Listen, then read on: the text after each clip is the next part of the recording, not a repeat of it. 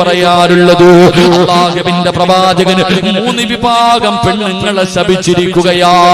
അല്ലാഹുവിന്റെ റസൂൽ അവിടെന്ന് പറഞ്ഞു, സ്വഹാബാ 3 വിഭാഗം പെണ്ണുങ്ങളെ അല്ലാഹു ശപിച്ചിരിക്കുകയാ.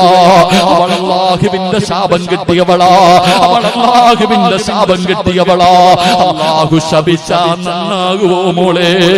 അല്ലാഹു ശപിച്ചാ നന്നാവോ? ശപിച്ചവനാണ് ഇബ്ലീസ്. അവന്റെ അവസ്ഥ എന്താണെന്ന് എനിക്കും നിങ്ങൾക്കും അറിയാമല്ലോ. അതുകൊണ്ട് അല്ലാഹു ശപിച്ച 3 വിഭാഗം പെണ്ണുങ്ങളുണ്ട്. അതിലെ ഒന്നാമത്തെ വിഭാഗമാരാ? എന്റെ പ്രിയപ്പെട്ട ചെറുപ്പക്കാരാ, എന്റെ പ്രിയപ്പെട്ട യുവത്വേ, അല്ലാഹുവിന്റെ ശാപം കിട്ടിയ 3 വിഭാഗത്തിൽ ഒന്നാമത്തെ വിഭാഗം പച്ചകുത്തുന്നവരാ. ഇന്ന് പച്ചകുത്തുന്നത് ഒരു വല്ലാത്ത ട്രെൻഡാണല്ലോ. ശരീരത്തു പച്ചകുത്തുന്നത് ഇന്ന് വല്ലാത്ത ട്രെൻഡാണല്ലോ. നേരത്തെ ആണുങ്ങൾ മാത്രമാണ് ചെയ്തതെങ്കിൽ ഇന്ന് പെണ്ണുങ്ങളിലേക്കും കടന്നു വന്നിരിക്കുകയാ. അവളുള്ള വീട് നേരെയാകൂല. അല്ലാഹുവിന്റെ ശാപം കിട്ടിയവളുള്ള വീട്. റസൂലുള്ളാഹി പറയുകയാണ്, നിന്റെ ഭാര്യയുണ്ടോ, നിന്റെ മക്കളുണ്ടോ, നിന്റെ കൂടപ്പിറപ്പുണ്ടോ? അല്ലാഹു ശപിച്ച 3 വിഭാഗത്തിൽ നിന്റെ വീട്ടിലെ ഏതെങ്കിലും ഒരു പെണ്ണുണ്ടോ? റസൂലുള്ളാഹി പറയുകയാ, പച്ചകുത്തുന്നവരെ അല്ലാഹു ശപിച്ചിട്ടുണ്ട്. രണ്ടാമത്തെ വിഭാഗം ആരെന്നറിയോ? ചെറുപ്പക്കാരാ, നീ ചോദിക്കുമല്ലോ, ഉസ്താദേ എന്ത് ചെയ്തിട്ടും ഞാൻ എന്തേ നേരെയാകാത്തത്?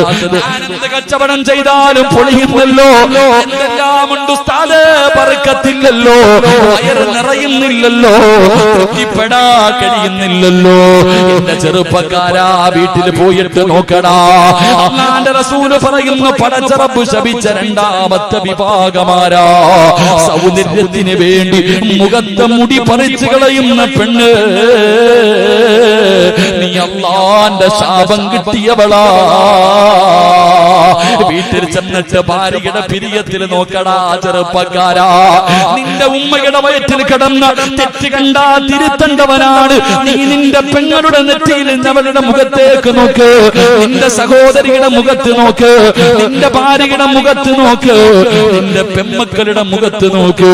ഇന്ന് പെണ്ണുങ്ങളല്ല സൗന്ദര്യവർദ്ധനവിന് വേണ്ടി പടച്ചവനെ അവരുടെ ശരീരത്തിലെ മുടി പിടിതു കളയുകയാണ്.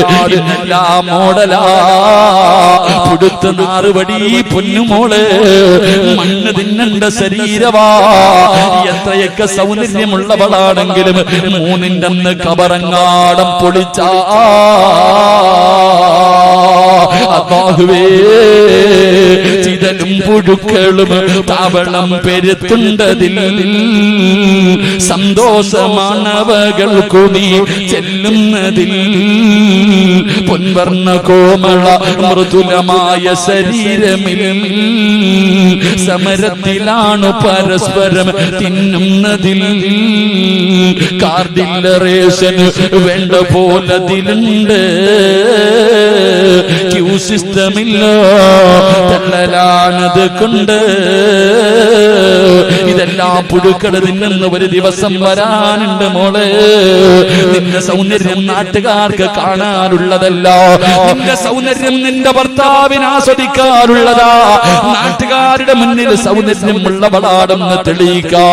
തന്റെ മുഖത്തിലെയും തന്റെ പെരിയത്തിലെയും മുടി പിഴുതു കളയുന്ന ഉമ്മമാരെ, അല്ലാഹു ശപിച്ചവളാണ് നീ, അല്ലാഹുവിന്റെ ശാപം കിട്ടിയവളാണ് നീ. അങ്ങനെ ഏതെങ്കിലും ഒരു പെണ്ണു ഈ മഹാനിന്റെ ചാരത്ത് വന്നിരിപ്പുണ്ടോ? അല്ലാഹുവിന്റെ മുന്നിൽ പൊട്ടിക്കരന്ന് തൗബ ചെയ്തോ? അല്ലാഹുവിന്റെ മുന്നിൽ പൊട്ടിക്കരന്നിട്ട് തൗബ ചെയ്തിട്ട് അല്ലാഹുവിന്റെ സ്നേഹം നേടാതെ പോകല്ലേ. മൂന്നാമത്തെ വിഭാഗമാരാ? അല്ലാഹുവിന്റെ ശാപം കിട്ടുന്ന മൂന്നാമത്തെ വിഭാഗം. എന്റെ പ്രിയപ്പെട്ടവർ, പ്രിയപ്പെട്ടവരെ, നരച്ച മുടി മറയ്ക്കുന്നവരാ. പടച്ചവനെ ഇന്ന് പ്രായം മറയ്ക്കാതെ, ഇന്ന് പ്രായം മറയ്ക്കാ പടച്ചവനെ നരച്ച മുടിയുടെ മുന്നില് എന്റെ പ്രിയപ്പെട്ടവരെ കറുത്ത പെയിന്റടിച്ചിട്ട് നടക്കുന്ന ചെറുപ്പക്കാരാ, എന്റെ പ്രിയപ്പെട്ട പെങ്ങന്മാര്, അല്ലാഹുവിന്റെ റസൂൽ അവിടെന്ന് പറയുകയാ, നീ ശാപം കിട്ടിയവളാണ്, പടച്ചറപ്പിന്റെ ശാപം കിട്ടിയവളാണ്.